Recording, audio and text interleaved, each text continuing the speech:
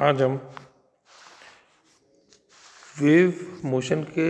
अंतर्गत ही 3 dimension wave equation यानी त्रिविमीय तरंग समीकरण के बारे में बात करेंगे।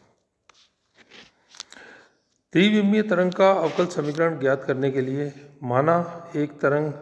स्वैच्छिक दिशा में v वेग से संचरण कर रही है और इस तरंग का स्रोत मूल बिंदु पर स्थित है। किसी क्षण t पर मूल बिंदु पर स्थित कण का विस्थापन साई का निम्न व्यंजक से व्यक्त करते हैं, psi is equal to ft। यदि तरंग मूल बिंदु O से गति कर r स्थिति सदिश वाले किसी बिंदु P पर समय t0 पर पहुंचता है तो मैं कह सकता हूँ t0 is equal to distance upon velocity which is equal to r upon v which is equal to unit vector r into vector r upon v। यहाँ यूनिट वेक्टर r तरंग संचरण की दिशा में एकांक सदिश है। एक अपन जानते हैं सदन संचरण नियतांक k is equal to 2 upon lambda which is equal to omega upon v, तो अपन कह सकते हैं v is equal to omega upon k। तो बिंदु P पर तरंग को पहुंचने में लगा समय t0 is equal to k unit vector r dot vector r upon omega, और तरंग संचरण की दिशा में vector k is equal to k dot unit vector r को तरंग संचरण सदिश कहते हैं। तो मैं कह सकता हूँ t0 is equal to k dot r upon omega, vector k dot vector r upon omega. चूँकि समय t पर बिंदु P पर तरंग का विस्थापन उतना ही होना चाहिए जितना कि t0 समय पूर्व अर्थात समय t माइनस t0 पर मूल बिंदु O पर होता है। अतः बिंदु P पर तरंग का विस्थापन मैं कह सकता हूँ psi is equal to f into T minus vector k dot vector r upon omega. यह एक स्वैच्छिक दिशा में प्रगामी तरंग का समीकरण है। इसी प्रकार माइनस r दिशा में गतिशील तरंग का समीकरण होगा psi is equal to g into g, अपन एक और फंक्शन ले लिया g of t plus vector k dot vector r upon omega. अतः वेक्टर r में गतिशील तरंग के विस्थापन का व्यापक समीकरण अपन लिख सकते हैं y is equal to f of t minus k dot r upon omega plus ji of T plus k dot r upon omega. माना तरंग समीकरण k के घटक क्रमशः kx, ky तथा kz है तथा स्थिति सदिश r के घटक x, y, z है। तो मैं कह सकता हूँ vector k is equal to i k x plus जे के वाई प्लस के के जेड, जहाँ I J K unit vectors हैं along K X, K Y and K Z direction, तथा vector r is equal to I X plus J Y plus के Z. तो vector k dot vector r हो जाएगा K X X plus के Y Y plus के Z Z.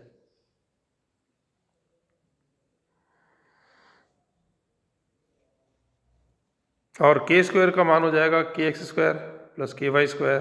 Plus के Z square. तो मैं कह सकता हूँ कि psi is equal to T minus K X X plus के वाई वाई प्लस के Z Z upon omega plus ji of T plus K X X plus के वाई वाई प्लस के जेड जेड अपॉन ओमेगा। अपन यह मान लें यदि कि T minus K X X plus के वाई वाई प्लस के Z Z upon omega is equal to U and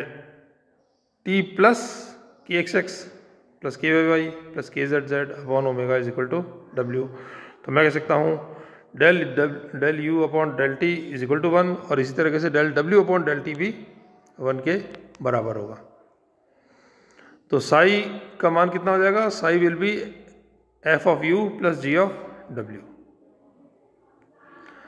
तो इस समीकरण को अपन दो बार यदि डिफ्रेंशिएट करें तो मैं कह सकता हूँ कि del two psi upon del t square is equal to del two f u upon del u square plus del to ji W upon del W square. इसी तरीके से यदि अपन इसको एक्स वाई जेड के सापेक्ष दो बार अलग अलग डिफ्रेंशिएट करें तो मैं कह सकता हूँ del two u upon del x square is equal to k x square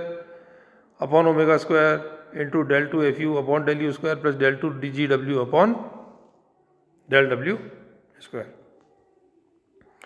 इसी तरीके से del two psi upon del y square is equal to के Y square upon omega square which is equal to del two f u upon del u square plus del to ji W upon del W square. And del two psi upon del z square is equal to के Z square upon omega square into del two f u upon del u square plus del to ji W upon del W square. और यदि अपन इन तीनों equations को जोड़ें तो मैं कह सकता हूँ कि del two u upon del x square plus del two u upon del y square plus del two psi upon del x square plus del two psi upon del y square plus del two psi upon del z square, this will be equal to k x square plus के Y square plus के Z square into del two f u upon del u square plus del to ji W upon del W square. Now left hand side जो है del two psi upon del x square plus del two psi upon del y square plus del two psi upon del z square, इसको अपन del two Sai के रूप में भी denote कर सकते हैं, जहाँ पे डेल टू जो है लैप्लेशियन ऑपरेटर कहलाता है और इसका मान होता है डेल टू का मान del two upon del x square plus del two upon del y square plus del two upon del z square. तो मेरी इक्वेशन बन जाएगी कि del two Sai is equal to के square upon omega square into del two f u upon del u square plus del to ji W upon del W square. या del two Sai को मैं लिख सकता हूँ del two Sai is equal to के square upon omega square into del two psi upon del t square, क्योंकि अपन ऊपर देख चुके हैं कि del two psi upon del t square is equal to del two f u upon del u square plus del to ji W upon del W square. तो ये वाली जो समीकरण है स्वैच्छिक दिशा में गतिशील तरंग का अवकलन समीकरण है, जिसमें अपन ने ओमेगा स्क्वायर अपॉन के स्क्वायर को यदि अपन वी स्क्वायर लिख सकते हैं तो अपन कह सकते हैं कि त्रिविमीय तरंग का अवकलन समीकरण होगा del two psi upon del t square is equal to v square del two psi. एक विमीय तरंग के अवकल समीकरण के हल के अनुसार इस समीकरण का हल ज्ञात किया जा सकता है और अपन कह सकते हैं इस समीकरण का हल होगा psi is equal to psi naught sine omega t minus k dot r, या अपन लिख सकते हैं psi is equal to psi zero cos omega t minus k dot r. यहाँ पे साई नॉट ओमेगा